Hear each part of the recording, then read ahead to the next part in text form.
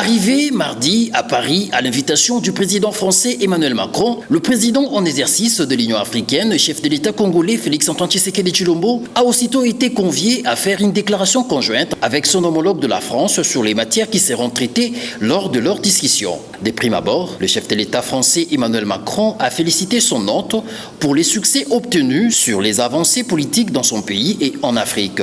Le président Macron a en outre révélé qu'il partage la même vision du président Tshisekedi quant à la continuité du pouvoir par les conseils militaires de transition au Tchad, mais à condition que celui-ci puisse organiser dans un délai bref un dialogue permanent entre le Tchadiens. Aujourd'hui, avant toute chose, nous voulons exprimer notre préoccupation sur l'évolution de la situation. En condamnant d'abord avec la plus grande fermeté la répression des manifestations et des violences qui ont eu lieu ce matin à N'Djamena. Nous appelons au respect des engagements qui ont été pris par le Conseil militaire de transition, celui d'une transition pacifique, inclusive sur le plan politique. Et je veux être ici très clair, j'ai apporté mon soutien à l'intégrité et la stabilité du Tchad très clairement à N'Djamena. Je suis pour une transition pacifique, démocratique, inclusive. Je ne suis pas pour un plan de succession.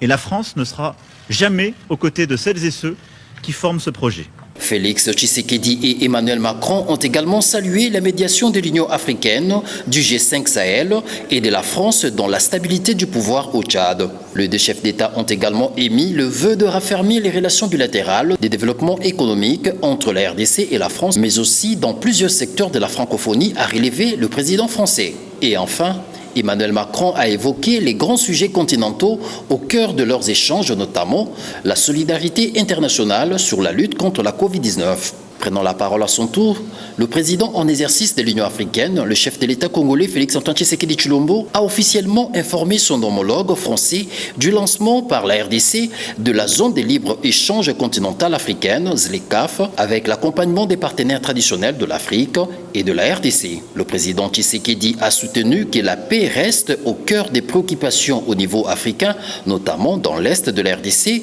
où il compte sur les soutiens de la France pour arriver à l'éradication définitive de groupes armés islamistes et autres qui sèment terreur et désolation dans cette partie de son pays. Sur le Tchad, nous avons parfaitement le même entendement. Il faut très vite revenir à l'ordre démocratique. Nous soutenons évidemment la stabilité actuelle, mais à condition qu'ils aillent très vite vers la consolidation de la démocratie, des institutions démocratiques. La paix, bien évidemment, reste au centre de nos préoccupations. Au niveau africain, nous avons cet objectif de faire taire les armes, et particulièrement dans mon pays, la République démocratique du Congo, à l'Est, où il s'est créé maintenant un groupe à tendance islamiste et qui sème la terreur auprès de nos populations. Donc là, je suis plus que jamais déterminé à l'éradiquer et je compte sur le soutien de la France.